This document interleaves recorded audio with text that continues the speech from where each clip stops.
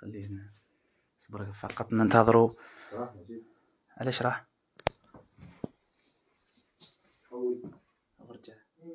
يوقف الباب كونيكسيون من راح تدخل. حل الباب ما تقفش الباب فخري، انت كمويه انت سالب. شوف دقيقة ممكن باش خليه غير خليك يدوز توكيل حلوين ديال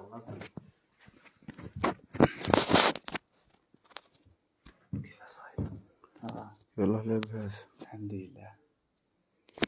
بسم الله الرحمن الرحيم. فقط ننتظر التحاق الإخوة والأخوات في هذا البث المباشر إن شاء الله. وكما تشاهدون في أعلى البث المباشر متواجدون اليوم في مدينة قالمة في ولاية قالمة، ومع بالتحديد مع الأخ ومع الشاب صهيب الذي أبكانا وأبكى كل الجزائريين بالذكر والأنثى. معنا أيضا الوالدة التي طلبنا منها الإذن، ومع العائلة اليوم أيضا راح توجه رسالة للشعب الجزائري، الشعب الجزائري الذي انتظر صهيب مرة أخرى من خلال هذه الصفحة. وبحول الله تعالى سنكون مع صهيب إلى آخر لحظة، بحول الله تعالى سنكون معه من هذه الدقيقة إلى آخر دقيقة بحول الله تعالى، إلى غاية مغادرة هذه الأرض من أجل العلاج والعودة إن شاء الله بخير بحول الله تعالى. الأخ صهيب سيرى النور، سيرى الخير مع وجوه النور، مع وجوه الخير في هذه الأرض الحبيبة، في هذا الوطن الحبيب، وفي هذه الولاية، ولاية قالمة، مدينة قالمة. عندما نتكلم عن قالمة نتكلم عن مجازر 8 ماي 45، أرض الشهداء، بلاد الشهداء. بحول الله تعالى ستكون مع الأخ صهيب من هذه اللحظة، سنتكلم أكثر وأكثر. الأخ صهيب بحول الله تعالى بعد لحظات فقط يزيدوا يطلعوا شوية الإخوة والأخوات باش يعرفوا القصة، لأنه الكثير ربما مازال ما وصلتهمش حالة الأخ صهيب. راح نتكلموا أكثر وأكثر بعد لحظات بحول الله تعالى. اكثروا له فقط البارطاج، اكثروا البارطاج. اللي ما يقدرش كامل يعاون باي مبلغ من المبالغ يكثر له الدعاء ويكثر له المشاركه والبارطاج، وباذن الله تعالى فيها خير. نبدا ان شاء الله على بركه الله. بسم الله الرحمن الرحيم، والصلاة والسلام على أشرف المرسلين. رب اشرح لي صدري ويسر لي أمري واحلل عقدة من لساني يفقه قولي. اللهم علمنا ما جهلنا وانفعنا بما علمتنا، إنك بكل جميل كفيل وأنت حسبنا ونعم الوكيل. أهلا وسهلا ومرحبا بكم، طبتم وطابت أوقاتكم بكل خير في هذا البث المباشر من بيت، وليس بيت. سنتكلم عن هذا الأخ صهيب، يعني معاناة داخل معاناة في معاناة. يعني اللي قلبه لا يتحمل لا يتابع هذا البث المباشر. كنا معه في دردجة وفي حوار في هذا المساء، تنقلنا حتى أيضا إلى محله. يعني صراحة المعاناة لخصت كل شيء، المعاناة عبرت عن كل شيء، وحالته عبرت عن كل شيء. نعمة البصر أفضل النعم التي أنعمها الله علينا، أنعمها الله على سائر المخلوقات. بها نرى الكون، بها نرى الكون بأرضه وبسمائه وبمخلوقاته وبحيواناته وبالبشر جميعا. ولقد كرمنا بني آدم. عندما نشاهد هذا الشاب ونشاهد هذا الأخ الحبيب على قلوبنا نقول له فقط صبرا أخي صهيب، فكل الجزائر معك داخل وخارج هذا الوطن. صهيب حتى لا نطيل أكثر وأكثر سنحاول أن نعطيه الكلمة، بما أن الشعب الجزائري يتابع في الأخ صهيب. وراح نتكلم أيضا قبل البث المباشر هذا، قبل هذا البث المباشر، قبل أن نتكلم عن حالته فقط نوجه رسالة لبعض الصفحات يعني التي ليس لها علاقة وصلة وقرابة بالخير. نقول لهم من هذا المنبر حسبنا الله ونعم الوكيل. إياكم ثم إياكم ثم إياكم. ونقول كل محسن ومحسنة داخل وخارج هذا الوطن إياكم ثم إياكم ثم إياكم وألف إياكم. حذاري ممن ينتظرون هذه الفرص من أجل عمل حسابات بريدية غير حساب هذا الشاب، ويعملون أرقام هواتف أخرى وحسابات بنكية. والشعب الجزائري في هذه اللحظة الأخ صهيب أصبح قضيه راي عام. لذلك اي محسن ومحسنه عندنا كامل الاحرار هذيك، فمباشره نبداو نبعثوا في المال، كل واحد عنده يبعث. لذلك الحذر ثم الحذر ثم الحذر. قبل ما تبداو تبعثوا اي مبلغ من المبالغ الماليه سواء في الحساب البريدي او حتى في الحساب البنكي، تاكدوا ثم تاكدوا ثم تاكدوا. ونقول مرة أخرى لأصحاب الصفحات، نحن الآن في بين قوسين نحن في حرب، فساعدونا أن ننجح في هذه الحرب وفي هذه المعركة، لأنه كلما أطلنا كثيرا وكثيرا ليست في صالحه. لذلك لابد علينا الإسراع أكثر وأكثر، وبحول الله تعالى الخير قادم بحول الله مع أمة محمد صلى الله عليه وسلم. صلوا على محمد صلى الله عليه وسلم. الأخ صهيب سيتكلم وبعدها سنتكلم، والوالدة أيضا الكريمة نقول لها أيضا صبرا، فكل الشعب الجزائري معك بحول الله تعالى. الأخ صهيب تفضل تكلم وش حبيت فرغ قلبك. السلام عليكم ورحمة الله تعالى وبركاته.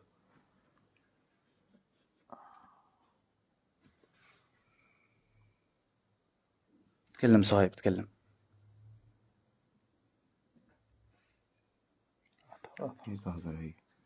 اهدر تكلم عادي، تكلم عادي، تكلم عادي، تكلم كما كنت تحكي برا، كما كنت تحكي برا معنا، احكي معنا نورمال. وش نحكي؟ اسألني دوك نحكي أنا كيما نقول. نسألك وانت تحكي. إيه. احكي لنا على المعاناة تاعك، كيفاش بدات، كنت لاباس عليك والحمد لله، كيفاش تعرضت هذه الحادثة، احكيها لنا بالتفاصيل باش الشعب الجزائري يعرف شكون هذا الشاب صهيب، كيفاش كان بصحة وببصره والحمد لله، وبعدها تعرضت هذه الحادثة. احكي لنا القصة اللي حكيتها في قناة الشروق بصفة عامة، فصل لهم برك، عاود زيد احكيها لهم. كاين اللي راه يتابع فينا ومازال ما على بالش.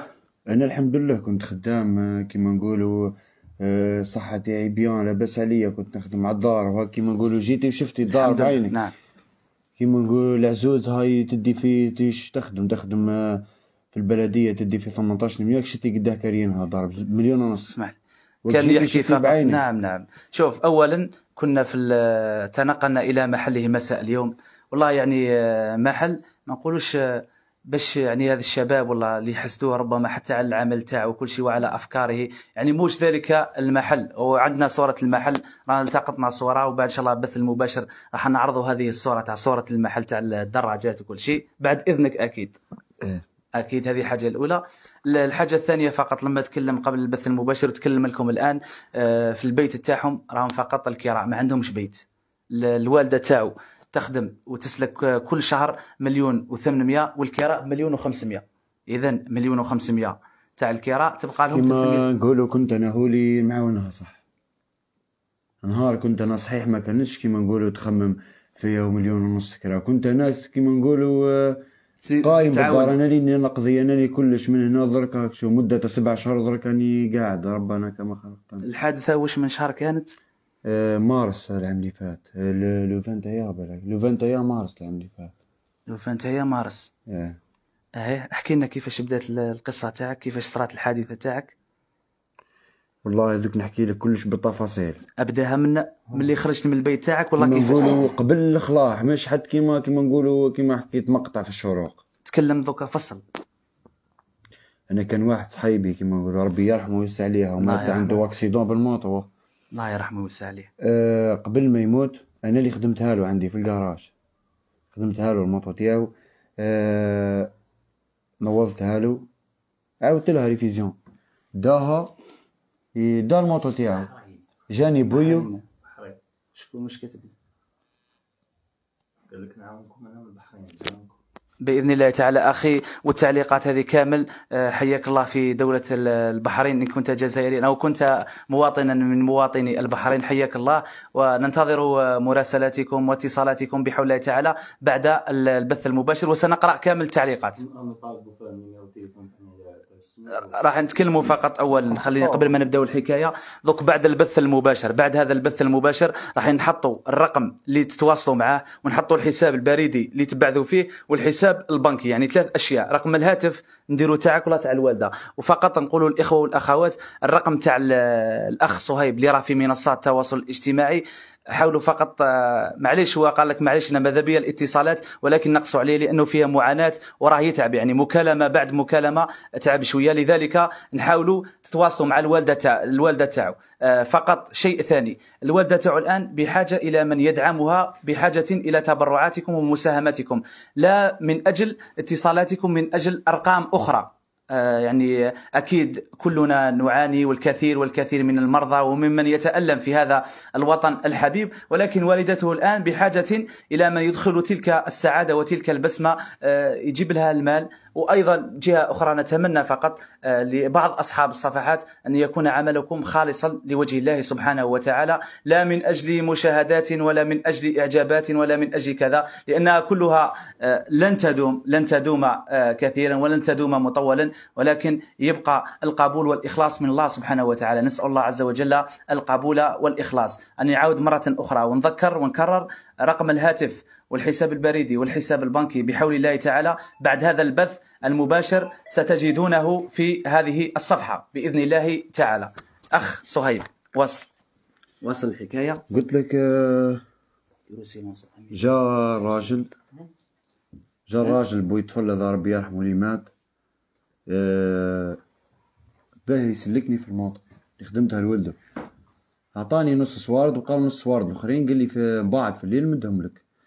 انا قاعد نتعشى في الدار، كنت مع ماما في الدار، ومن بعد جيت خارج قالت لي وين رايح؟ قلت لها عيط لي سيد باه يلحق لي سوارد الاخرين.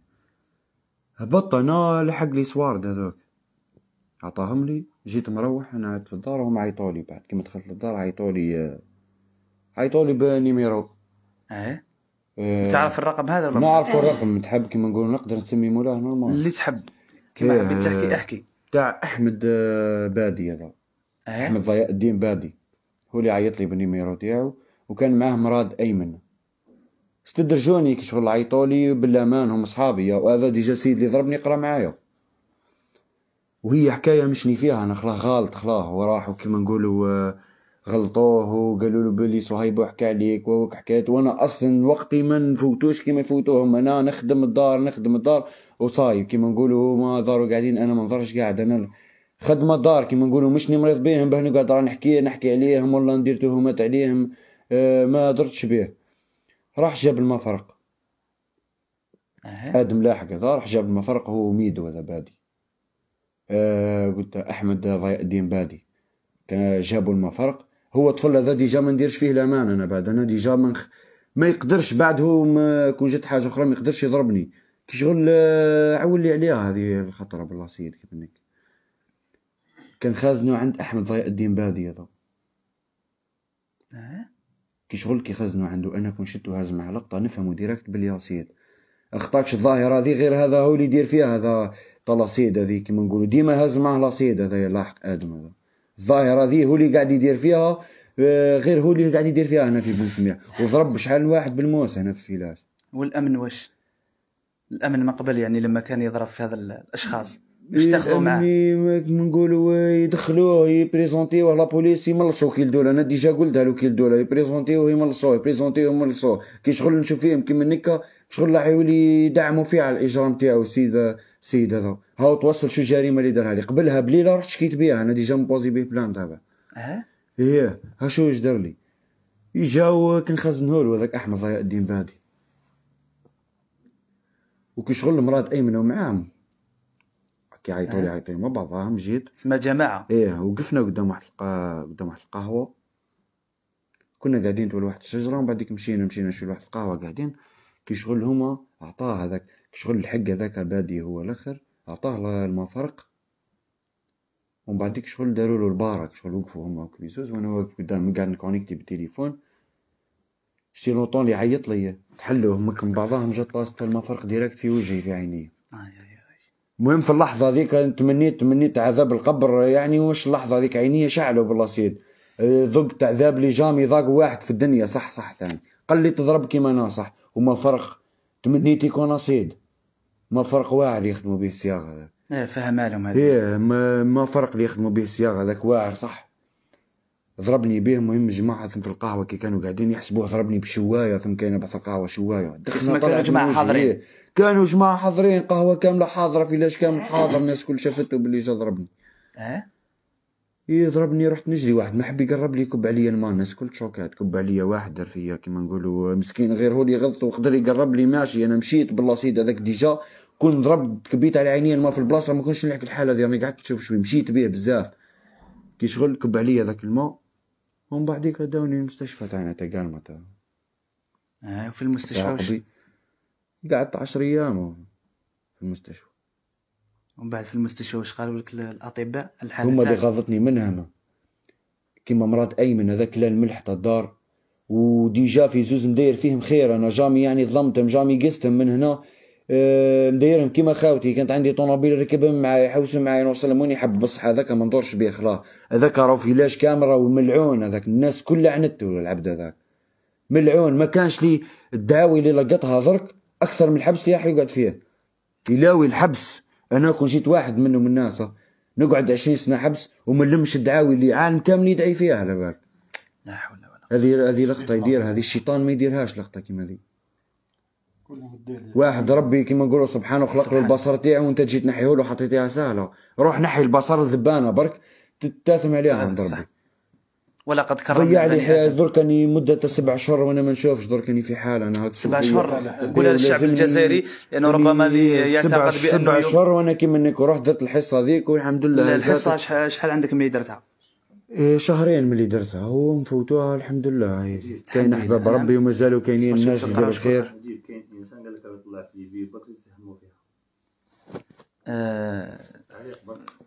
ما نردوش عليهم فقط، لانه خلينا فقط لا نرد على الاشخاص السلبيين، هذه ليس من شيمنا، ونقول لهم دائما حسبنا الله ونعم الوكيل، فالله سبحانه وتعالى فقط يعلم ما في القلوب، وهذه الاعمال الخيريه وهذا العمل الخيري الله سبحانه وتعالى يسخر عبادا. الرسول صلى الله عليه وسلم قال: اذا احب الله عبدا استعمله. وقال ايضا الحبيب المصطفى صلى الله عليه وسلم: احب الناس الى الله انفعهم للناس. لا نرد على السلبيين، حتى الإخوة والأخوات لا تردوا على السلبيين، والأخ مصور ما تحكيناش عن الناس السلبيين، لأننا نحن في معركة، ومرحبا بشخص ومرحبا بحسنة نجدها ونحن بدون تعب، يعني الحمد لله. الكثير من الأشخاص السلبيين هذو ربما الأشخاص السلبيين خلينا الآن نتكلموا في هذا المنبر، نحن في معركة ونحن في حرب، لن نرد عليكم لا بالكلام، لحظة فقط، لا بالكلام ولا بأي شيء آخر،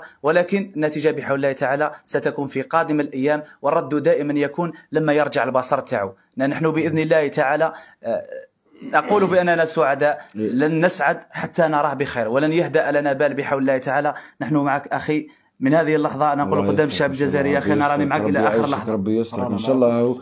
وهي نورمال في حالة كيما ذي، الناس حتى كي تدير لقطة كيما ذي كي شغل يشوفوا الحالتي انا مش وقتها امور كما ذي يحضروا كما انك. لا يعني ربما ضعفاء القلوب بين قوسين، هذا ربما يعني الخير حتى في اهله لا يعمل. الان هذا لو نقول هذا الشخص يعني بين قوسين باش نواصلوا العمليه، هذو دائما يدخلوا في منصات التواصل الاجتماعي. لو نقول هذا الشخص هاي الان نبدا مبادره، كل واحد يمد 1000 دينار للاخ صهيب، هذا تلقاه مباشرة غادر البث المباشر. لذلك نقول لهم حسبنا الله ونعم الوكيل، ونتمنى لا تدور الأيام وتأتي وتقول كذا وكذا. لذلك حسبنا الله ونعم الوكيل. وقالوا حسبنا الله ونعم الوكيل في سورة آل عمران: فانقلبوا بنعمة من الله وفضل لم يمسسهم سوء. لذلك أخي المصور وأخي صهيب، والله أي إخوة وأخوات في البث المباشر لما يشوفوا تعليق سلبي خليوه مرور الكرام. هذه هي ابتسامة صهيب، وستعود الابتسامة بحول الله تعالى. هذه هي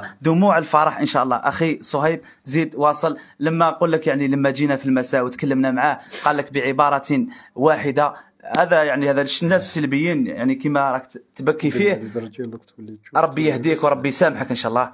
الاخ صهيب قال لك يعني قبل البث المباشر: ما عندي صحابي فقط، حكى لنا على صاحب واحد اسمه علي عرعار.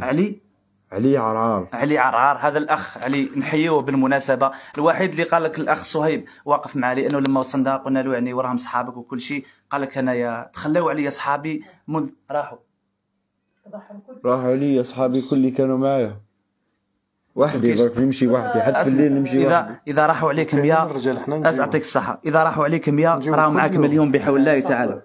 سمعتني والله رانا معاك الى اخر لحظه ان شاء الله. ما تبكيش خويا صهيب، وباذن الله تعالى انا نقول يعني من هذا المنبر للناس من فضلكم ثم من فضلكم، هذه الدموع وهذه الحاله تلخص كل شيء وتعبر عن كل شيء، لذلك كونوا بقوه غدا في الحساب البريدي والوقت يداهم، لذلك لابد علي اكيد ان شاء الله ليس الجزائر فقط، حتى كل امه محمد صلى الله عليه وسلم. وحنا رانا معاك ان شاء الله، نحاولوا ان شاء الله باذن الله تعالى، لو قدر ربي في العمر ان شاء الله وفي الصحه نجيو كل يوم باذن الله تعالى. معليش نتنقلوا ونعاودوا نرجعوا كل شيء، وهذه الشكوى لغير لا مذله في ميزان حسناتنا، نواصلوا مع الاخ صهيب ونبقاو مع الاخ صهيب الى اخر لحظه ان شاء الله. نقولوا اللي يعاونني كما نقولوا يحلي بصري كي شغل حل الباب تاعو في الجنه. بارك الله فيك، وهذا ما نريده، وهذه الغايه كما راكم تشوف تاعو، او الدموع لخصت كل شيء. وحنا والله يعني بالامس لما شفنا الحاله تاعو نحيوا بالمناسبه الاخوه والاخوات اللي دلونا على الاخ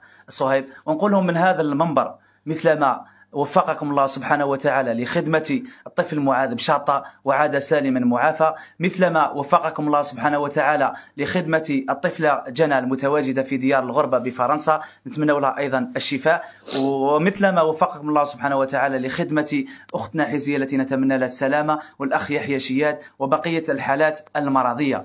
نحن من هذا المنبر في خدمة هذا الشاب وفي خدمة صهيب بحول الله تعالى، وفي خدمة الشعب الجزائري، إن قدر الله البقاء واللقاء نحن معك أخي صهيب إلى آخر لحظة بحول الله تعالى. مازال الشبكي شوف معايا أنايا ومعك الشعب الجزائري إن شاء الله، ماذا بينا إن شاء الله الدموع تاعك مازالش يطيحوا، الدموع إن شاء الله لما ترجع من إسبانيا ولا المكان اللي قالوا لك عليه ترجع سالما معافى إن شاء الله، وثم نقدروا نبكيو مع بعض ان شاء الله في المطار، في مطار هواري بومدين ان شاء الله يا رب، ان شاء الله باذن الله. معليش نبكيو دموع الفرح بحول الله تعالى. زيد واصل ان شاء الله يا خويا، زيد احكي صهيب ان شاء الله. نتمنى الناس تحبك وتضامن معاك كل ان شاء الله ان شاء الله يا رب العالمين. الله يفتح عليك ان شاء الله. الان دوك نخليو يروبوزي شويه، نروحوا الوالده تاعو ايضا تحكي على الحاله تاعو لما سمعت بالخبر تاع الابن تاعها، والوالده يعني ماهيش حاجه سهله، الوالده والابن تاعها قصه، والحنان كما تعرفون منبع الحنان. الوالده تاعو الان هاي امام الشعب الجزائري مصور فقط قرب هكذا، خليو الان الوالده تحكي المعاناه تاعهم، وزيد تحكي تفاصيل اخرى لما سمعتي بالخبر والحادثه تاع ابنك صهيب. احكي الشعب الجزائري راه يشوفوا فيك اللي حبيت. السلام عليكم خويا، مرحبا بكم عندنا في ولايه قالمه، متشرفين بكم خويا، لينا الشرف نستقبلوا ناس كيما انتم، الله يبارك، ناس الخير، وربي ان شاء الله يعاونكم على فعل الخير، امين يا رب، ان شاء الله مستقبل ان شاء الله مليح اكثر من هيك باذن الله. وخويا واش راح نقول لك، الحاله تاع صهيب راهي انا من بكري في معاناه، من قبل وانا نعاني بلا صهيب، راني كنت في معاناتي، كنت خم على ولادي تاما، ربي في ولادي. احكي لهم فقط على نعم بالمناسبه يتيم اكيد، فقط قولها للشعب الجزائري، هذه فقط نسينا نتكلموا عليها بانه يتيم. انا وكافل اليتيم كهاتين، انا وكافل اليتيم في الجنه، هكذا قال الحبيب مصطفى صلى الله عليه وسلم. لذلك اليتيم امامكم وليس يتيما، بل هو ابن الشعب الجزائري واخ الشعب الجزائري، وباذن الله تعالى كما قال لكم ان شاء الله الغايه واحده، ان شاء الله يرجع البصر باذن الله تعالى، وربي سبحانه فيه الخير ان شاء الله. اكثروا الدعوات. واصلي. نعم خويا، قلت لك انا كنت في معاناه، يعني رامي تامه ما مش حاجه سهله، 3 يتامى وام تكافح وظروف قاسيه والمجتمع قاسي وبربي ان شاء الله يعني كنت الحمد لله كافيتهم بالقليل، كافيه وليداتي، وزادوا عليا المعاناه تاع ولدي هذه مش قليله، عام وانا نصارع وحدي، نقاوم وحدي، ترونسبور، دواء، الدواء ساعات ما نلقاش باش نشريه، نروح نجيبو كريدي، والله ما نشريه، وساعات والله يقعد بلا دواء يشيحوا عينيه، والله ما يلقى دواء باه يشريه. والله حبيت نفهم برك الناس اللي داروا كيما هكا ما يخموش، ما عندهمش ضمير، ما يموتوش، ما يتمدوش في القبر، يحرقوا كبدة ويضيعوا شاب كيما ذا في مقتبل العمر، عمره 20 سنة. والله هذا انا نقول لك، نوجه انا الهضره هذه راني نوجهها للام الطفل هذا، يراو ضرب ولدي، راهي راهي عندها كبده وراهي عندها ضنا كيما انا، وراني انا ما تمنيتش انه ولدها يلحق للحبس، اني شوف يعني سبحان الله العظيم، عاوديها فقط هذا قلت لك يا خويا، انا راني نوجه انا كلامي للام هذه اللي راهي تقول ولدي راهو متربي، ولدي راهو ما دار والو، انا راني وراني حاسه بها، هذا الشيء راه يدير فيه على ولدها، راهو ولدها راهو مهما كان راهي كبده، انا ما نطيح فيهم، ما نهضر عليهم، ما ندور بيهم. انا وش هي نحوس على ولدي برك يحل عينه ويزيد يشوف الدنيا ويشوف ميمته ويشوف مستقبل ولادو ويكبروا قدامه ويرجع لحياته الطبيعيه كما كان قبل، ويرجع يخدم ويرجع يشوف حبابه واصحابه واهله. مسكين راهو في ضر كبير، راهو في ظلمه، راهو 7 شهور ظلمه. في الليل يخاف باش يرقد وحده ويقول لي يا ماما رقدي حدايا، ماما يبات حاكم لي يدي. مريض دخل في حاله نفسيه، اضطراب نفسي، يشرب في ادوات الاعصاب. راهو حرام عليهم، راهم ضيعوا رواحهم، حتى هم ضيعوا رواحهم. انا ما نتشفاش فيهم، بس حرام في واحد الموقف حرج. صهيب لا يا رسول صهيب الشعب الجزائري كون معاك والله غير كل.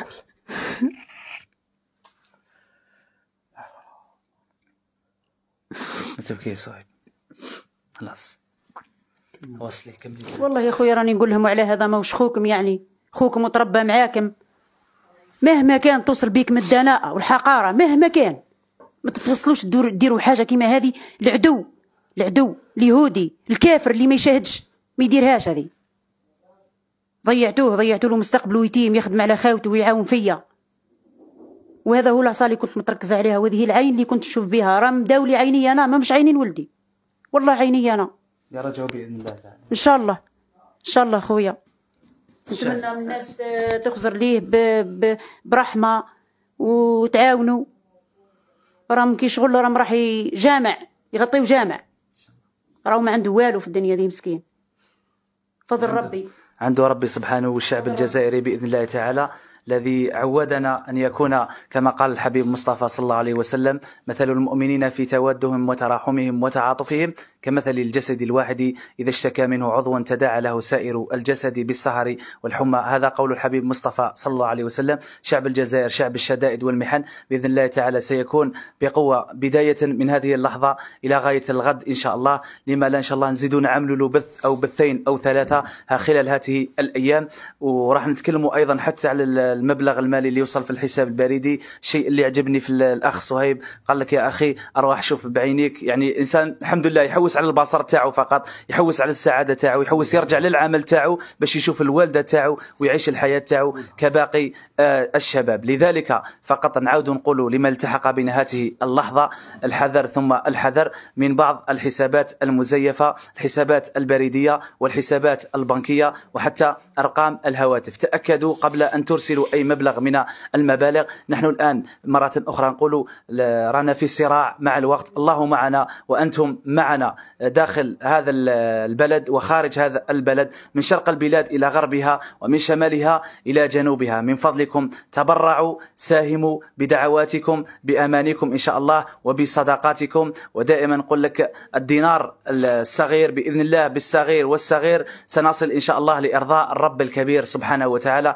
الذي قال في محكم التنزيل، الذي قال في كتابه العزيز بعد أعوذ بالله من الشيطان الرجيم: ومن أحياها فكأنما أحيا الناس جميعا. ونقول لكل من سيساهم وتبرع: أبشر. وقال الله سبحانه وتعالى: وما أنفقتم من شيء فهو يخلفه وهو خير الرازقين. ونقول أيضا: الذين ينفقون أموالهم في سبيل الله ثم لا يتبعون ما أنفقوا منا ولا أذى لهم أجرهم عند ربهم ولا خوف عليهم ولا هم يحزنون. أيضا الآية الأخرى التي تقول: وما أنفقتم من نفقة أو نذرتم من نذر فإن الله يعلمه وما للظالمين من أنصار. لذلك ساهموا وتبرعوا، وهذه الدنيا فانية. يا من بدنياه اشتغل وغره طول الأمل، الموت تأتي بغتة والقبر صندوق العمل. وكما قال الإمام الشافعي الذي قال، نعود نستذكر فقط، أعتذر مرة أخرى: وما أنسانه إلا الشيطان وأنا أذكره، في الأبيات الشعرية: تزود من الدنيا فإنك لا تدري إذا جن عليك ليل هل تعيش إلى الفجر. لذلك الدنيا ساعة والنفس طماعة. لذلك نعلم هذه النفس القناعة، نعلم النفس وأحضرت الأنفس الشح. لابد علينا أن نغلب هذه النفس بالتبرعات وبالصدقات.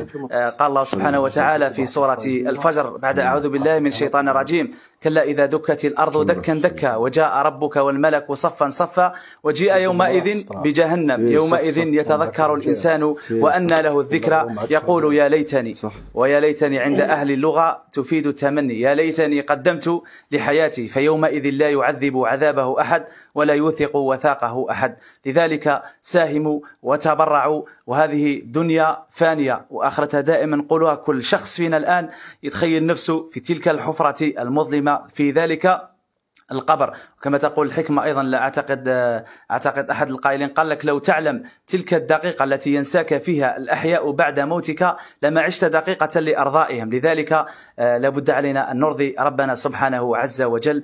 نحن الآن أيضا بحاجة في هذا الوقت وفي هذا الزمن إلى أن يغيثنا الله سبحانه وتعالى بالغيث. نسأل الله عز وجل أن يغيث قلوبنا بالإيمان وأن يغيث بلادنا بالأمطار. اللهم سقيا رحمة لا سقيا عذاب ولا هدم ولا ردم. أتمنى إن شاء الله أن تساهموا وأن تتبرعوا وأن نكون كرجل واحد في هذه الشدة مع أخونا صهيب. أخ صهيب، الآن الشعب الجزائري شافك وكاين الآن يزاد عرف الحالة تاعك بإذن الله تعالى. زيد تتكلم معهم، وش راك من الشعب الجزائري؟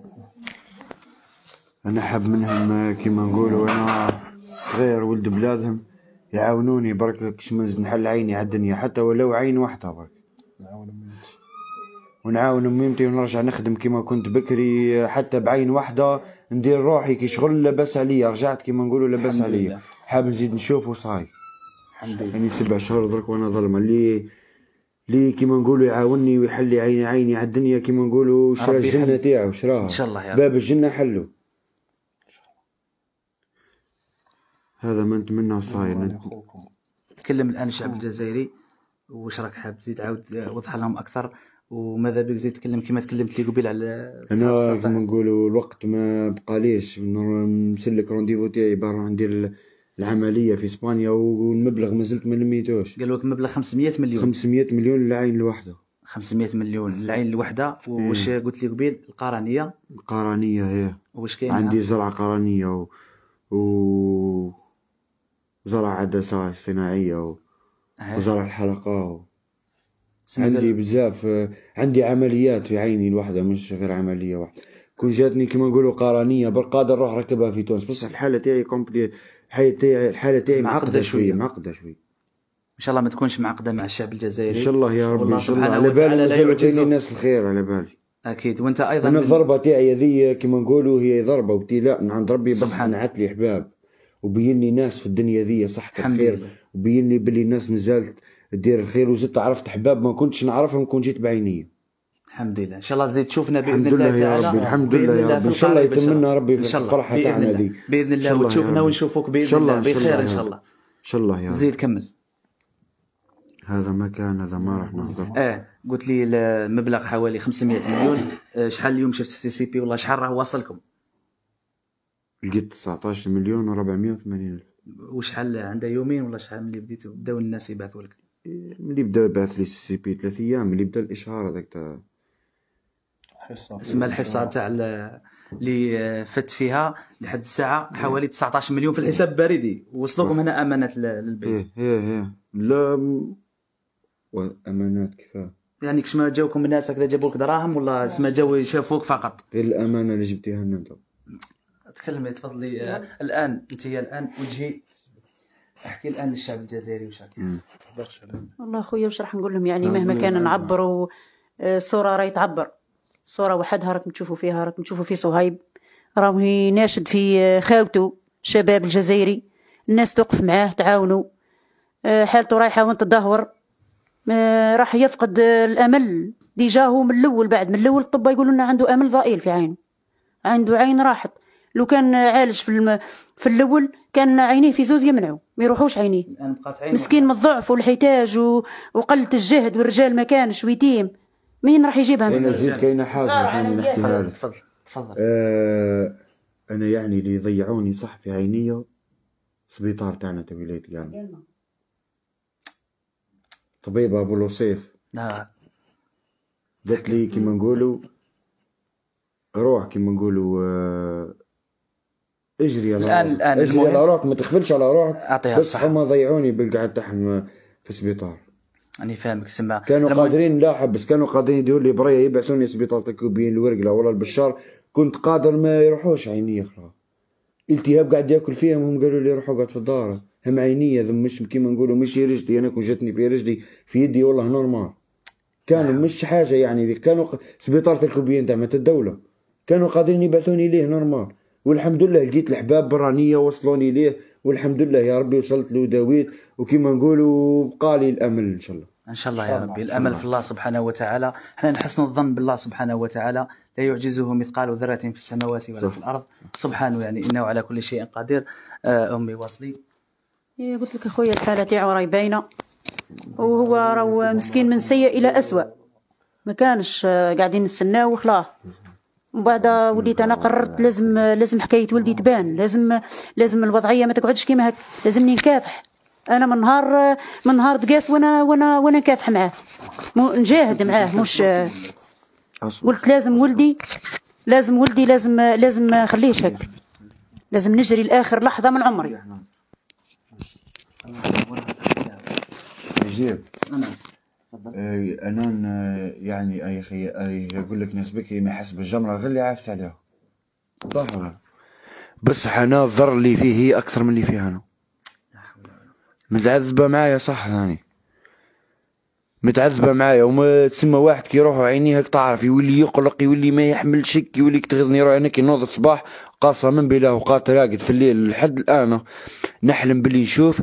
كي نوض الصباح نحل عينيه ما نشوفش، نكذب نقول نكذب في روحي. لا بالك صغير واش في عمري انا 19 سنه و8 شهور ولا قداه،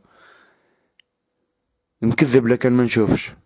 قسما بالله وقات نقول نعيش الحلم تاعي هذاك الليل خير من النهار نعيش فيه نشوف الحلم هذا. حتى ايضا يعني في الحاله تاعهم طبيعيه وكل شيء، يعني في النهار يشوفوا شيء اخر، حتى يلحق الليل ايضا حاله اخرى، يختلف كل شيء، يتغير كل شيء. ان شاء الله ان شاء الله اكيد وبحول الله تعالى ان شاء الله ما يزيدش يعيش الجحيم مع الشعب الجزائري ان شاء الله يا رب ان شاء الله باذن الله تعالى تمعونه. وكل الان نقول للاخوه والاخوات بعد البث المباشر راح نحطوا الصوره تاع الاخ صهيب، الحساب البريدي تاعو وايضا رقم الهاتف تاعو وايضا الحساب البنكي تاعو. هذا الثلاث امور دوك تلقاهم. ايضا بالنسبه للبريدي موب هو ما عندوش البطاقه الذهبيه، كارت ذهبيه ما عندوش، لذلك يعني من الافضل حاولوا تروحوا الان المكاتب البريد، غدا ان شاء الله بيكونوا بقوه. وايضا ابناء قالمه، انا الان نقول من هذا المنبر نحييو احنا شباب مدينه قالمه ولايه قالمه بصفه عامه، ونقول لهم الجزائر كانت بحاجه اليكم، وقدمتم النفس والنفيس في مجازر 8 ماي 1945. لذلك الآن الأخ صهيب بحاجة إليكم، فكونوا كرجل واحد الآن. وما شاء الله يعني تنقلنا وكنا يعني في المساء في مدينة قالمة وشفنا كل شيء، يعني أرباب المال رجال المال والأعمال والله اللي عنده أي مبلغ من المبالغ ما يحشمش به مباشرة يجيبوا للبيت تاع صهيب. حتى نقول لك الآن يعني البيت تاعو لما كنا باش راح نديروا بث مباشر الانترنت ضعيفة، لما قالوا لنا البيت يعني موش تاعهم راهم كاريين. لما سالنا قال لك يعني الوالده تاعو 1,800,000 والكراء 1,500,000، هذه في حد ذاتها معاناه. قلت لك يعني اكيد، ومع المرض تاعو مع كل شيء يعني رغم كل شيء، اسمح لي دقيقه قاطعك، والله رغم كل شيء يضحك ويقصر ويحكي معنا، يعني ما شاء الله. انا تمنيت يا رب. شوف درك انت كاينين عباد يقول لك كيما نقولوا انا كون نولي ما نشوفش زيك كيف ما راح ندير ومن هنا انا مقدرني عليها ربي سبحانه. ربي معاوني عليها صح والله معاوني عليها ربي. وحاس روحي كي شغل واحد قاعد يهضر لي في اذني يقول لي اني مقدرك عليها، مقدرني عليها ربي سبحانه. والحمد لله هاني صابر وخلاص. وهذا ما والله يعني ما شاء الله كنا الدنيا ذي كون جيت راح نخرج فيها يغيظوني عينيا، بصح الدنيا ذي كله من عليها فاني بعينيه صحيح ويروح يموت. كاينه ناس مات، انا وش هي مادامني على قيد الحياه ما نمشي على رجلي نحوس كيما نقولوا الناس تعاوني كاش ما نزيد نحل عيني على الدنيا. وهذا مكان جيب لي تشوف سي سي بي عندكم حافظوا اعطي لهم تشوف سي سي بي ولا كتبوا لنا في ورقه والله كتبنا ورقه في سي سي بي حطينا هنايا.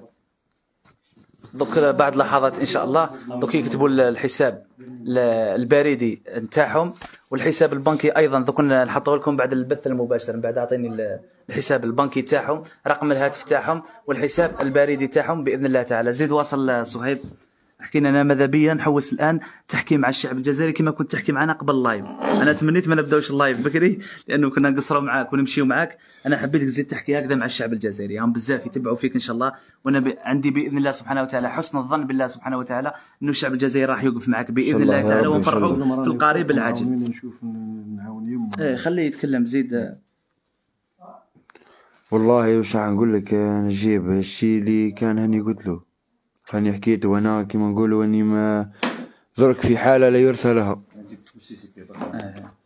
كيما نقولوا تقدر تقول كي قاعد نحكي ضرك في عقلي اني مليح. سي بي بدالي بالارقام واحد كيما نقولوا 00 اسمح لي تشوف 00. واللي راه الان يتبع في البث المباشر يقدر ايضا يسجل الان فقط. وانا قلت لكم يعني بعد البث المباشر راح تلقاو الحساب البريدي. يعني الان الليل يعني واحد ما راح يعني ما نسرعوش، خليو بعد البث المباشر نحطوا الحساب البريدي وغدوه ان شاء الله يعني يا ربي سبحانه. معليش 00 زيد 25 25 03 03 65 65 00 00 الكلي 37 صهيب. كفيفية صهيب. كفيفية صهيب. نعاود نقولوا مرة أخرى الناس اللي راح ترسل في الحساب البريدي كفيفية صهيب، كفيفية صهيب. من غير هذا الحساب البريدي وهذا الاسم واللقب تأكدوا فقط ومع الأرقام. كفيفية صهيب. صهيب كفيفية صهيب كفيفية، هذا الحساب البريدي. ورقم الهاتف تاعك والله ماني حافظ الرقم، معليش دوك نحطوه في البث المباشر. هذا فقط الحساب البريدي تاعو 0 0 2 5 0 3 6 5 0 0 مفتاح 37. نعود مرة أخرى للحساب البريدي 0 0 2 5 0 3 6 5 0 0 مفتاح 37. صهيب كفيفية. نعاود نذكر مرة أخرى صهيب كفيفية، غير هذا الاسم غير هذا الحساب البريدي، الحذر ثم الحذر. نعاود أيضا مرة أخرى نقول لخوتنا اللي راهم في ديار الغربة الحساب البنكي اللي يحب يبعث فيه إن شاء الله بعد البث المباشر أيضا راح نبعثه لكم. واللي يحب يتواصل معنا في بريد الصفحة أو حتى في الهاتف أو حتى أيضا في الواتساب تاع الصفحة، دوك نعطيو له ايضا هذه المعلومات بالتفصيل. وانا نحيي من هذا المنبر بعض الاخوه وبعض الاخوات حتى بما فيهم طلبه جزائريين راهم متواجدين عم يكومونتيو به، يعطيكم الصحه. هذو الدال على الخير كفاعله. بزاف يعني من الامس لما نشرنا فقط الصور بزاف كثير، يعني حوالي العدد يتجاوز 200 و 300 في الواتساب او حتى ايضا في بريد الصفحه. كلهم يريد أن يساهم ولو بالمبلغ الصغير، وذلك المبلغ الصغير هو عند الله سبحانه وتعالى كبير وكبير جدا وفي ميزان حسناتكم. يخرج ويرجع معليش. الآن الوالدة نعودوا مرة أخرى، الشعب الجزائري أيضا الإخوة في المغرب عودتمونا دائما أيضا أن تكونوا أوفياء للبث المباشر وأن تساهموا وأن تتبرعوا. لذلك لا تبخلوا على هذه الأم الصابرة بإذن الله تعالى، فلتصبر ولتحتسب إن شاء الله. ربي راح يفرحكم وربي إن شاء الله راح يسعدكم. والشعب الجزائري جميع واحد يتخيلها أخته، يتخيلها أمه، يتخيلها أحد أفراد. ان شاء الله احنا ننتظروا واكيد نتمنوا ان شاء الله ان تفرحونا من الغد ان شاء الله بالارقام والمبالغ، وسنحطم الارقام بحول الله تعالى ثم بفضلكم انتم، لأنكم أنتم من ستساهمون وأنتم من ستتبرعون.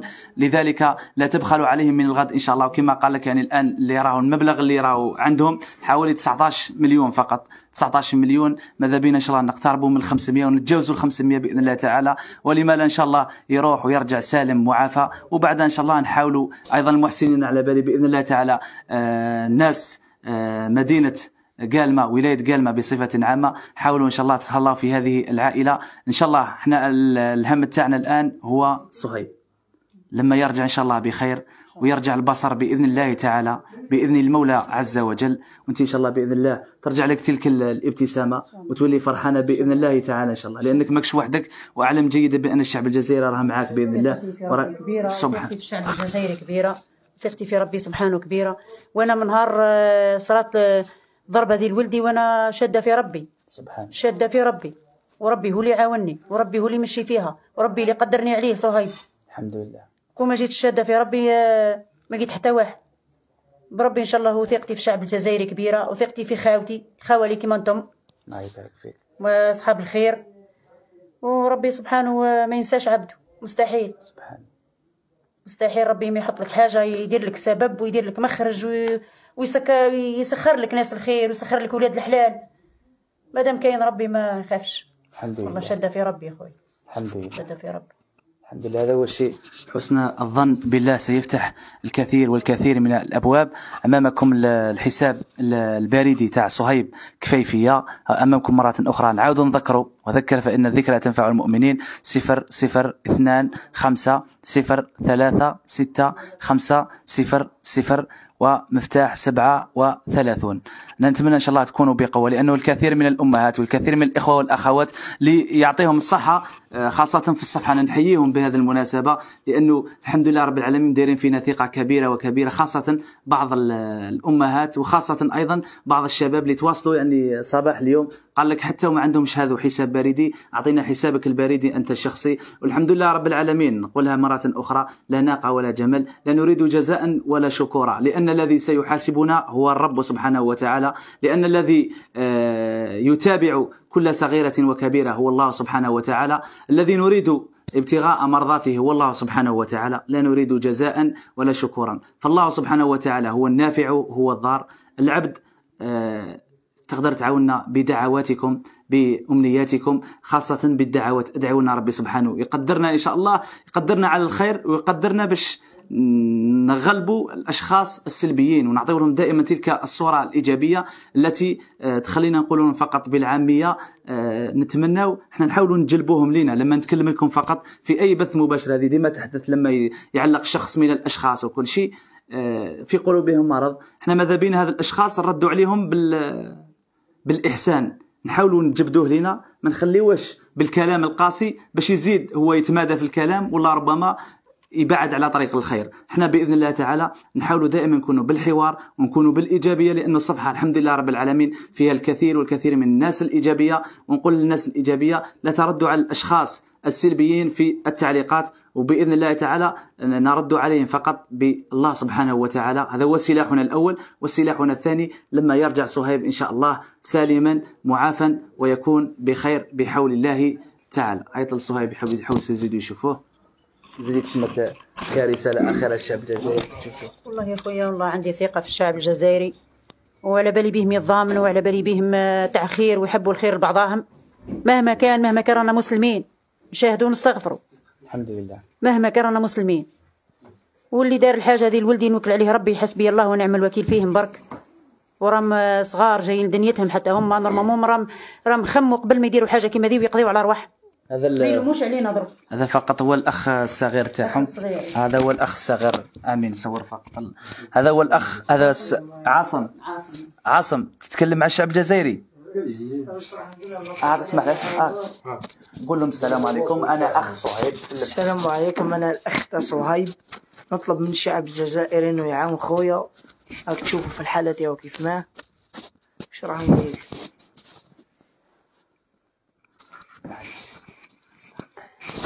إن شاء الله الابتسامة هذه ترجع بإذن الله تعالى، ترجع ونجتمع إن شاء الله في البيت، ومع الابتسامة تاع خويا صهيب بإذن الله تعالى نضحكوا مع بعضنا، وبالابتسامة مع بعضنا إن شاء الله. ما تبكيش، رانا معك إن شاء الله، وربي راه معك. توعدني إن شاء الله ما تزيدش تبكي.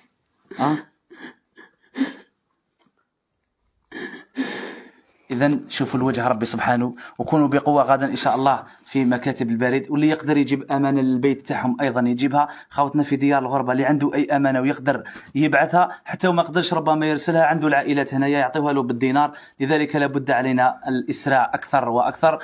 نحاولوا ان شاء الله اذا قدر الله البقاء واللقاء، نحاولوا غدا ان شاء الله نزيدوا نرجعوا له باذن الله ان شاء الله. على الاخ ايضا انا بهذه المناسبه نحيي الاخوه اللي حضروا معي، الاخ امين والاخ عبد الناصر، الاخ عبد الناصر اللي راهو امامكم ايضا مع الاخ صهيب، خلى العمل تاعو وتنقل معنا بالسياره، وكثير من الاخوه اللي اتصلوا بيا قال لك نوصلوك القلمه، نزيد نقول لهم ان شاء الله غدا بحول الله تعالى ان قدر الله البقاء او اللقاء وكانت الارقام بقوه نحاولوا نزيدوا نجيو هنايا القلمه ونعملوا له بث مباشر اخر ان شاء الله، لانه لا هكذا باش نزيدوا نحفزوا الشعب الجزائري. وانا والله العلي العظيم يعني اقسم بمن احل القسم لما نعمل هذا البث المباشر على نحب ندير بثين او ثلاثه مر بعضهم باش الناس تزرب تساهم، ولما تقول للناس مثلا وصلنا ل 100 وتبقت 100 الشعب الجزائري يتحفز. انا هذه الشيء الجميل، وراح نحط لكم رقم الهاتف تاع صهيب، نحط لكم الحساب البريدي تاع صهيب، وكلنا صهيب، كل شيء تاع صهيب، ساهموا وتبرعوا فقط. ونقول لكم الصوره فقط من هذه الصفحه البسيطه التي نسال الله عز وجل القبول والاخلاص، رغم كل شيء دائما نسال الله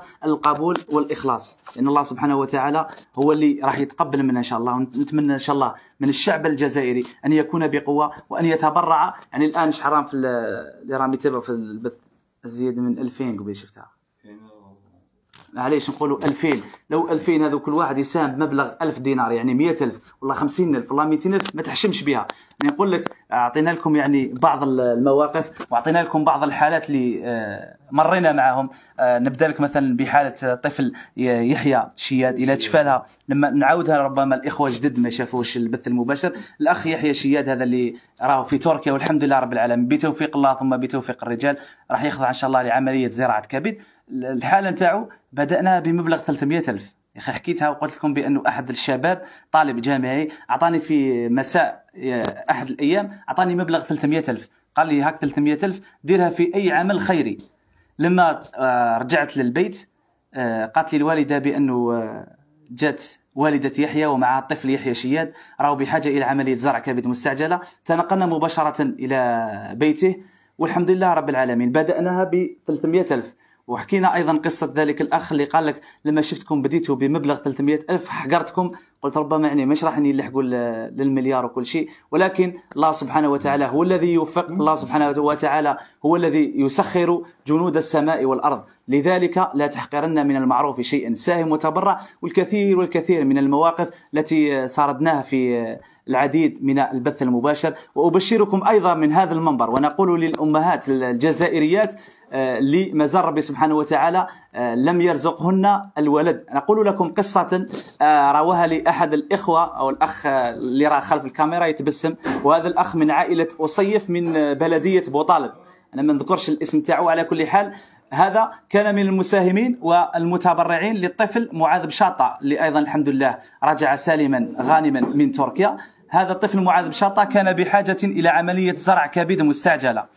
الأخ من بلدية بوطالب، هذه البلدية المجاورة لبلدية الحامة، تبرع بأحد المبالغ وطلب منا أن ندعو له في هذا البث المباشر. في مثل هذا البث المباشر طلب أن ندعو له بأن يرزقه الله سبحانه وتعالى الذرية الصالحة. مرت الأيام، التقيت بحوالي 10 أيام أو أسبوع، بشرني أخوه بأن هذا الشاب رزق الله سبحانه وتعالى بالولد، وقال لي كان يطلب منكم الدعاء في أحد البث المباشر. الحمد لله رب العالمين يحضروا معنا أيضا بعض الإخوة الذين وصلوا. أسأل الله عز وجل أن يجعل خطواتكم في ميزان حسناتكم. بشركم الله بالخير، بارك الله فيكم.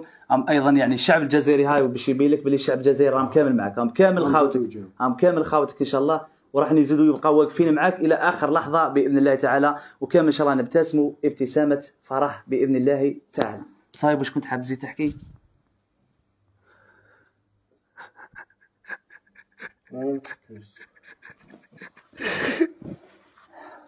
كوراج برك، كوراج تبكي يا صاحبي.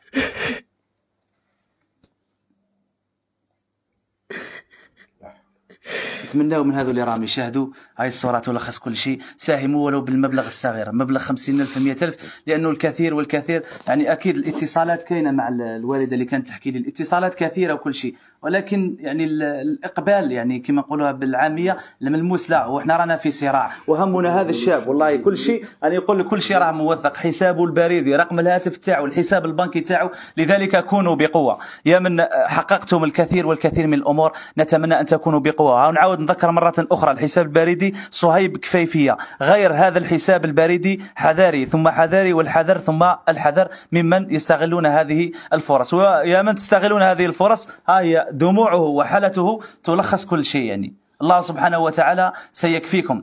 لذلك لا تبخلوا على الأخ صهيب، وأخوكم وابننا ابن الجزائر، ابن أمة محمد صلى الله عليه وسلم. ساهموا وتبرعوا وكونوا بقوة بداية من الغد إن شاء الله. نتمنى أن تفرحنا والدته ولو بمكالمة تقول لك الحمد لله رب العالمين راهي الحالة ماشية، باش نحن نحاولوا بإذن الله تعالى لو يكون الواحد بصحة جيدة نعاودوا غدا إن شاء الله نزيدوا نتنقلوا ونوافيكم كل صغيرة وكبيرة، مثل ما عملنا مع الكثير من الحالات المرضية. قال مثلا نزيدوا نعمل لكم بث مباشر غدا، باش ربما المحسنين تاع الغد ما يقدروش يزيدوا يعاونوا، يجيو محسنين جدد يزيدوا يعاونوا. لما نكونوا في 100 نطلعوا ل 200، نقول لكم تبقت 50 والله كذا، ويكون فيها تحفيز فقط. وفي ذلك فليتنافس المتنافسون. واعجبتني الوالده تاعو لما عطات مثال، قالت لك ربما راهو مسجد مازال ما داروا فيه والو، فهذا هو المسجد. احنا نحاولوا ان شاء الله نبداو بالشيء الصغير باذن الله تعالى، يرجع له البصر تاعو ان شاء الله، ويرجع سالم معافى باذن الله تعالى. وبعدها ان شاء الله ستتغير الكثير والكثير من الامور. تكلم صهيب. مش كنت حاب تكلم معليش براحتك. والله وش احنا هضر شي كان هضرت وانا ما نقولوا لي شاف حالتي برك يعاوني، كما نقولوا قبل ما يروح لي الامل كش ما نروح نزرع قرانيه نزيد نوني نشوفوا هذا مكان. عبالك عينيا درك يشيحوا عليا في حاله، لازمني العمليه ذي نديرها الاولى خلاص قبل زرع قرانيه. عيني يشيحوا عليا في حاله ما نقدرش كيما نقولوا نخرج لبرا نقعد فوق 3 سوايع على بعضهم برا ما نرجعش للدار. لازم ديما ندير المقطعات يعني في عذاب كبير بعينيا كيما نقولوا مش مرضى برك ما نشوفش بيهم او يحرقوني ربي على بالك يضروني بزاف. هذا ما كان نطلب من خاوتي الجزائريين يعاونوني، هذا ما كان إن شاء الله يا ربي بإذن الله تعالى. الشعب الجزائري راه يسمع فيك، كونوا بقوة لوجه الله سبحانه وتعالى، ابتغاء مرضات الله سبحانه وتعالى، وكلها في ميزان حسناتكم، لأننا دائما نقول بأنها الدنيا فانية وكلنا سنرحل، منها خلقناكم وفيها نعيدكم ومنها نخرجكم تارة أخرى. والسعيد من أسعد الله سبحانه وتعالى ووفقه الله سبحانه وتعالى بأن يستغل وقته وأن يستغل أمواله وأن يستغل ديناره أو درهمه، تلك الأوراق النقدية بالخضراء أو حتى بالحمراء أو حتى بالقطع الحديدية. لا تحقرن من المعروف شيئا، ساهموا ولو بالصغير لإرضاء الرب الكبير سبحانه وتعالى. الأخ كش ما تكلم من أنتم الله الله يبارك ما شاء الله. يعني يوم بعض الإخوة اللي يحب يتكلم يتفضل معليش. شكون تاع الجزائر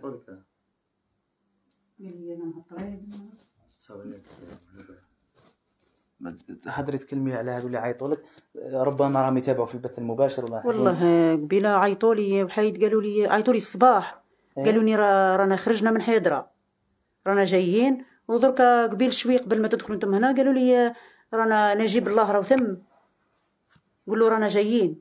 ما باليش شكون هذا من جايين اللي حكينا عليه. انا ما اتصلوش بيا يعني الله اعلم. حنا نحاولوا ان شاء الله شحال الوقت برك باش ما نطولوش على معليش يعطيك الصحة. رانا في البيت تاع العم تاعو يعني حتى العم تاعو لو تتفضل تجي تقول كلمة للشعب الجزائري، راه ولد خوك وراه ولدك بإذن الله تعالى. هاو الشعب الجزائري يشوف فيك تكلم، تحب زيد تحكي لهم حتى على المعاناة تاعو لما سمعت بالمعاناة تاعو، وزيد قدم رسالة للشعب الجزائري راه يسمع. والله أنا نتمنى من الشعب الجزائري إنه يعاونوا تسمى شاب صغير مازال جاي لدنيته اللي يقدر ولو كان بحاجة بسيطة، وحتى اللي ما كانش خلاص ولو كان حتى بالدعاء يدعيو معنا يرجع يعني حالته. ها يسمى الشعب الجزائري كامل هاو يشوف فيها. هذا واش راح نقول لك. ان شاء الله يا ربي. الشعب الجزائري راه يشوف فيها، والله سبحانه وتعالى راه يسطر فيها باذن الله تعالى، وان شاء الله ما يكون غير الخير. الوالده نعطيو كلمه اخيره للشعب الجزائري، ونزيدو نعطيو كلمه للاخ صهيب، ونوجهوا رساله للشعب الجزائري، ونختموا نحاولوا غدا ان شاء الله نزيدو نعملوا بث مباشر، نغيروا ان شاء الله الارقام اكثر واكثر. اكثروا البارطاج، اللي ما قدرش كامل يعاونوا فقط بالبارطاج وبالدعاء. ادعي ربي سبحانه، خاصه الامهات، خصوا ركعتين سجدتين للاخ صهيب، ديروا الولد تاعكم ابنكم اخوكم، ادعيوا له، كثروا له الدعاء ان شاء الله، لان الدعاء سيغير الكثير والكثير. نسال الله عز وجل ان يخفف عنك ويكون معك ان شاء الله. اللهم قوي. نعم. العنوان تاعنا نذكروا البلاصه نسيتها كيفاه هنا تاعكم هنايا خزاره. بلدية خزارة. بلدية خزارة. بلدية خزارة تبعد حوالي 15 كيلومتر عن مدينة قلمة. بلدية خزارة تبعد عن مدينة قلمة 15 كيلومتر. اللي حاب يجي الغد إن شاء الله أيضا يتفضل. دوك نخليو لكم رقم الهاتف، وصلوا الأمانات للبيت تاعو.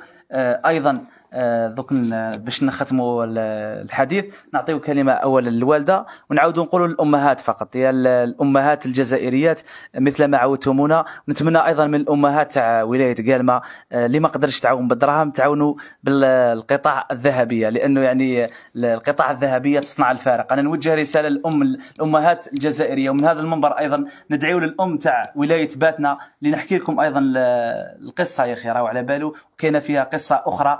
الأم كانت بحاجة إلى عملية على اليد تاعها وربما الأصبع تاعها، ولما شافت البث المباشر لما كنا في بيت الطفل معاذ بشاطة تواصلت معي، قالت لي غدا إن شاء الله نتلاقى في مدينة باتنا. سلمت مبلغا من المال، سلمت مبلغ عمليتها، يعني كانت في الغد راح تدير عملية على اليد تاعها، سلمت لنا المبلغ تاعها، يعني جزاها الله خير. راهي مريضة إن شاء الله، ندعو لها ربي يشافيها. أيضا فيه أخت، يعني كي نقول لك بين قوسين زواليه كما نقولوا احنا بالعاميه، زواليه، وصلت بها اعطتنا مبلغ 200,000. الزوج تاعها عامل بسيط، اعطتنا مبلغ 200,000 في مدينه عين المان ولايه سطيف، اعطتنا مبلغ 200,000 ونحات الخاتم تاعها من الاصبع. الاخ حبيب هو الذي راوى لنا القصه وحكيناها، يعني باش توصل الدرجه الاخت او فتاه تنزع الخاتم تاعها وتقول لك هاك روحوا بيعوها وزيدوا ذلك المبلغ للطفل معاذ بشاطه. الشعب الجزائري يعني كثير والكثير من المواقف. ان شاء الله في بث من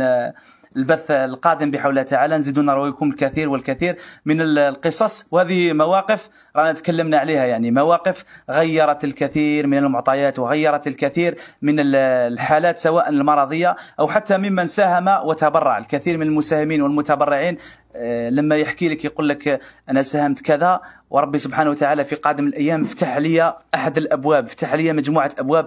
لذلك لا تحقرن من المعروف شيئا. اللي ما يقدرش كامل يعاونهم بالبارطاج، اللي ما قدرش بالبارطاج يعاونهم بالدعاء فقط، اللي ما قدرش كامل يحبب له الصمت فقط، يكفيه الصمت فقط. من كان يؤمن بالله واليوم الآخر كما قال الحبيب المصطفى صلى الله عليه وسلم فليقل خيرا أو ليصمت. لذلك الصمت في هذه المواقف، لأننا قلت لكم رانا في صراع مع الوقت، في صراع مع الزمن، لابد علينا العجلة والسرعة. والوالدة تاعو الآن كثير من الاتصالات، نتمنى ايضا لما تواصلوا. ونقول لبعض الاخوه من الامهات والله حتى الحالات اللي راهي تعاني في الجزائر، الوالده تاع الاخ صهيب راهي بحاجه الى من يدعمها، يعني الان راهم بحاجه الى الدعم المادي حتى المعنوي معليش، ولكن لما تتصلوا وتقول لها اعطينا رقم الحصه واعطينا وتحكيوا لها يعني القصص تاعكم وكل شيء، راهي تعبانه. يعني قالت انا والله تعبت. حتى الاخ صهيب نفسيا شويه تعب من الاتصالات، يعني الاتصالات جات مورا بعضها، معليش شيء جميل، مبادره يعني ما شاء الله، ربي يبارك فيكم ويتقبل النيات تاعكم. ولكن قال لكم ماذا بي ان شاء الله تكونوا بقوه، لاننا الان بحاجه الى ذلك الدعم المادي اللي يخلينا ان شاء الله نزربوا نخرجوا من مطار هواري بومدين باتجاه اسبانيا من اجل العلاج. كثروا له البارطاج. الام تفضلي كرساله اخيره للشعب الجزائري. انا نطلب من اخواني الجزائريين واخواتي الجزائريات يعاونوه. راني سلمت أمري وأمر صهيب ليهم، راني غلبت كأم نهارة وفشلت وصاي ما عادش نقدر، تهديت كافحت معاه ما قدرتش، والله ماني قادرة نكمل، غلبت. درك الحالة تاعو باينة. صهيب راهو مسكين عايش في ظلمة، يبكي ليل نهار، عنده مسكين كي الليل كي نهار، ما يشوف، ما ساعات يقول لي يا ماما وجهك قريب ننسى عليه كيفاه. والله يا خويا راني نتعذب، راني متكورجه برك على جاله هو، ما نحبش نبكي قدامه وما نحبش نتفادى الحوايج اللي تضر وتقلق ومساندته، وعلى جاله هو، على جاله باش ما يديرش حاجه في روحه، خاطر قداه المره يخمم في الانتحار، خمم في الانتحار 1000 مرة. وجبت له، رحت للطبيب تاع الأعصاب وجبت له الدواء، نشرب له في الدواء تاع الاكتئاب باش مسكين يحاول يتخطى الحالة تاعو هذيا ويخرج من الدوامة اللي راهو فيها تاع الحزن اللي تخليه يوصل للانتحار. ما نقدرش أنا نخسر ولدي، نرضاه يقعد هك معايا وما نخسروش باذن الله تعالى، كمل حياتي معاه هك وما نخسروش. ما نقدرش، اللي عنده كبدة وعنده ولاد راهو يحس بيه. اش راح نقول لك اخويا، الحال تواي مقابله، يعني نقول لك تدخل من الخزاره تسقسي عليه يعرفوه ناس الخزار، اذا عنده يعرفوه، اذا ما عندوش يعرفوه. انا كيف نخدم موظفه في البلديه، عامله نظافه، يعرفوني. وش راح نحكي، يعني معروفه، يعني الخزاره معروفه وحالته الله سبحانه وتعالى راه يطهر فيكم من ذنوب كثيره وكثيره. انت كعامله نظافه ربي سبحانه راه وفقك يعني باش تخدمي المجتمع، اكيد هذا شيء. وهذا اذا احب الله عبدا ابتلاه.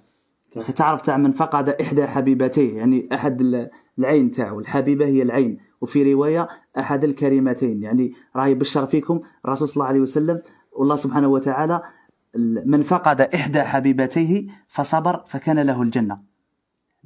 هذه ان شاء الله تتكورج بها ان شاء الله، ما تخممش الامورات اخرى. انا نزيد نعاودها لك باش تحفظ هذه، من فقد احدى حبيبتيه فصبر، انت راك صابر ان شاء الله. وقلت لي قبيل ووعدتني بلي راك صابر ان شاء الله، وقلت لي ان شاء الله نعاودوا نزيدوا نتلاقاو ان شاء الله ونقصروا مليح ان شاء الله ان شاء الله. متفاهمين ان شاء الله صهيب باذن الله تعالى. صهيب زيد قول كش ما تقول، نحكي انا وبعد تكلم انت، نخليك تفكر شويه. احكي نزيد نقول فقط يعني القرآن الكريم لما أعطانا قصص، لما كنت في الطريق قاعد نتذكر في القصة نتاع الأخ صهيب لما زاد حكاها لنا، يعني لما اقتربنا منه تفكرك يعني في قصة سيدنا يوسف عليه السلام في سورة يوسف من الآية 7: لقد كان في يوسف وإخوته آيات للسائلين إذ قالوا ليوسف وأخوه أحب إلى أبينا منا ونحن عصبة إن أبانا لفي ضلال مبين. بعد قال لك اقتلوا يوسف أو اطرحوه أرضا يخلو لكم وجه أبيكم وتكونوا من بعده قوما صالحين. بعدها جاء ذلك القائل الذي قال قائل منهم لا تقتلوا يوسف وألقوه في غيابات الجب يلتقطه بعض السيارة إن كنتم فاعلين. وتكلموا مع الأب تاعهم قالوا يا أبانا ما لك لا تمنى على يوسف. وجاءت بعد ذلك والآيات فلما ذهبوا به وأجمعوا أن يجعلوه في غيابات الجب وأوحينا إليه لتنبئنهم بأمرهم هذا وهم لا يشعرون. ومن بعد في ختام القصة قال لك فصبر جميل والله المستعان على ما تصفون. هكذا أنتم أيضا لازم تكرجوا بهذا صح. ربي سبحانه وتعالى أعطانا القرآن الكريم أنا قدرني عليها ربي سبحانه. الحمد لله. ربي هو يعني يقول لك ما لا يكلف الله نفسا إلا وسعها، ما يمدلكش حاجة كما نقولوا مش قادر لها. صح. يمدها لك من يصبرك من، والحمد لله. واحد كون يقعد صحيح وكما نقولوا تفكر في حاجة يقول كون جيت كما منك تلقاه ما يقدرش كما نقولوا ما تقدرش تقبلها حتى بأي طريقة، بس كون يصيبوا بها ربي سبحانه يبتليه بها يصبر لها نورمال. كاين وكاين. انا وش راح ندير دركا مادام راد ليا ربي وابتلاني ربي نقتل روحي، يعني لازم نصبر وصاي بربي ان شاء الله قادر نزيد نرتاح بإذن الله تعالى. ونزيد نقول مرة أخرى للأحباب وللإخوة أحسنوا اختيار الأحباب فالصاحب ساحب. ونحن الآن في هذا الوقت في هذا بالمصطلح نعيش بمصطلح نفسي. لذلك حتى بغض النظر عن كل شيء، بغض النظر عن ما يعيشه الشباب الجزائري، الشباب اللي نسأل ربي سبحانه وتعالى أن يرده إلى الإسلام وإلى الدين ردا جميلا. نسأل الله عز وجل أن يهدي شباب الجزائر وشباب أمة محمد صلى الله عليه وسلم، أن يردهم إلى الطريق الصحيح، أن يبعدهم عن تلك الطرق وعن ذلك الطريق طريق المهلوسات والمخدرات. نسأل الله عز وجل. من هذا المنبر أيضا نقول للمصالح الأمنية عليكم بالمراقبة وتكثيف الجهود أكثر وأكثر. أنتم إخواننا، أنتم أحبابنا، ودائما نسأل الله عز وجل لهذا البلد أن يحفظه وأن يحفظ أمنه ورجال أمنه وأن يحفظنا جميعا بحوله تعالى وقوته. لذلك أقول الأخبار لذلك فقط من فضلكم وما من فضلكم ساهموا وتبرعوا. حتى أيضا أصحاب الصفحات الكبيرة نتمنى أيضا تساهموا بالنشر الدال على الخير كفاعله، ونكونوا يد واحدة إن شاء الله، ولما لا تكون مبالغ كبيرة وكبيرة، وبإذن الله تعالى في القريب العاجل يروح ويرجع سالم معافى بإذن الله تعالى. هي ليست بالصعبة على الشعب الجزائري، شعب الشدائد والمحن، شعب طرد المستثمر الفرنسي وعلمنا الكثير والكثير من القصص. لذلك بإذن الله تعالى لن يبخل على هذا الشاب ولن يبخل عن هذا الأخ، فبإذن الله تعالى سينور الله سبحانه وتعالى بصيرتك، وأن تعود سالما آمنا بصحتك وبسلامتك بإذن الله تعالى، وتعود للعمل تاعك بإذن الله بإذن الله تعالى. لأنه هذا الشاب بين قوسين حكى لي عليه أحد الإخوة في المساء، يعني ما شاء الله عنده من الفكر بسم الله ما شاء الله، اللهم لا حسد لا قوة إلا بالله. قال لك بإمكاني، حتى قال لي تمنيت لو جيتنا في الوقت اللي صنعت فيه السيارة. أنا من فضلك، أنا ماذا بيا الآن، أنا ماذا بيا، أنا ما شفتهاش والشعب الجزائري ما شافهاش، ماذا بيا تحكيها لنا كيفاش قدرت باش تصنع تلك السيارة. كش ما عندك الفوتو تاعها صورها أصحابك؟ والله ما عندي، راحت بعتها. أحكيها لي كيفاش كانت. خدمتها بعتها ب 13 مليون وخدمتها كامله خلي من بعدها ونديرهم الحساب بارد يا الليل، دوك ما يقدرش يبعد حتى الغد إن شاء الله. تكلم على السيارة، احكي لي على السيارة. هي خدمتها، جات في راسي فكرة، خدمتها، شريت الحديد وخدمتها، شريت رود، شريت موتور، طلعتها سيارة السباقات كما السباقات خدمت وماشي بها والناس تصور. الحمد لله. احنا ما صورناكش. اي والله صوروني. ان شاء الله شوف، ان شاء الله لما ترجع وتكون بخير ان شاء الله، ماذا بينا تصنع سيارة ونجيو احنا نشوفوا. نصنع طيارة ان شاء الله يا ربي، لما لا ان شاء الله تصنع سيارة وتصنع طيارة. شوف يعني ما شاء الله عنده يعني من الفكر بسم الله ما شاء الله. نتمنى ان شاء الله تزيد تصنع لنا سيارة ان شاء الله، مش تاع 13 مليون. ايه نصنع طيارة نروحوا بلا فيزا اسبانيا، نروحوا طول. ان شاء الله يا ربي. زيد واش تقول للشعب الجزائري اخر؟ والله نتمنى منهم يعاونوني يخسروا حالتي وحالة يمه وحالة خاوتي وظروفي، وهذا ما كان. ان شاء الله يا ربي. وقال لكم يعني نخسر لكم كل شيء العم تاعو. اخر كلمة زيد كل الشعب الجزائري. والله نتمنى من الشعب انه كل الشعب ان من سهيب هذا يشوفوه ولدهم خوهم. الحالة قادرة تصل اي بشر، اي بشر يعني ما مش غير سهيب، لاي واحد مريض، اي الشعب الجزائري معروف ديما بالحوايج هذه، نعاونوا بعضنا، نوفوا بعضنا. الابتلاء تاع ربي سبحانه. ونتمنى لولد خويا الشفاء ان شاء الله. هذا راه وليدي قبل ما يكون ولد خوك ان شاء الله. ان شاء الله اكيد. وراه خونا قبل ما يكون صهيب، وراك خونا قبل ما تكون ابن ولاية قالمة، تخونا وابن الجزائر وابنة محمد صلى الله عليه وسلم. فلتصبر ولتحتسب. الوالدة عم خويا انا من اللحظه هذه ما عادش نقول ولدي وحدي، حسب ما راني نشوف ان شاء الله خاوتي مضامنين معايا وينشروا في الحاله تاعو ويبارطاجيو فيها، يعيطوا لي حتى الجزائريين من الخارج. الحمد لله يعني. وانتم اللي راكم جيتوا كيما نقولوا من ولايه سطيف وجيتوا شاقيين، نهار كامل انتم تسفريوا مع الطريق وجيتوا ولحقتوا ليه، نشكركم شكر خاص. وبربي ان شاء الله انا راني نشوف صهيب بربي ان شاء الله مدعوم، عنده الدعم وراو يشغل، راو عنده ام خلاف. الحمد لله. خلاف ان شاء الله عنده العديد من الامهات راهم كامل يبكيوا عليه وكامل تاثروا وسمعوا القصه تاعو. احنا نقولوا من هذا المنبر ان شاء الله اذا قدر الله البقاء واللقاء وكنا في صحه، غدا ان شاء الله نزيدوا نجيو نعملوا له بث مباشر. علاش؟ باش اذا كان المبلغ قليل يزيد يكون بقوه بعد الغد ان شاء الله. ماذا بينا نبقاو واقفين معه، لاننا كتبنا في المنشور باننا سنكون خادمين له ولله في سبيل الله، لا نريد جزاء ولا شكرا، نحتاج فقط الدعاء. ادعوا لنا فقط، لاننا سنرحل من هذه الدنيا ولكن سيبقى النهج والاثر. هذا هو الشيء الذي نريده. نتمنى ان شاء الله اذا الاخ عبد الناصر غدا ان شاء الله راه عامل، نتمنى احد الاخوه يزيد يخصنا السياره تاعو ونتنقلوا الاخ قيس عبسه ان شاء الله. اذا راك قاعد وراك تتابع في هذا البث المباشر لما تكمل العمل تاعك ان شاء الله نزيدوا نتنقلوا الاخ صهيب ان شاء الله.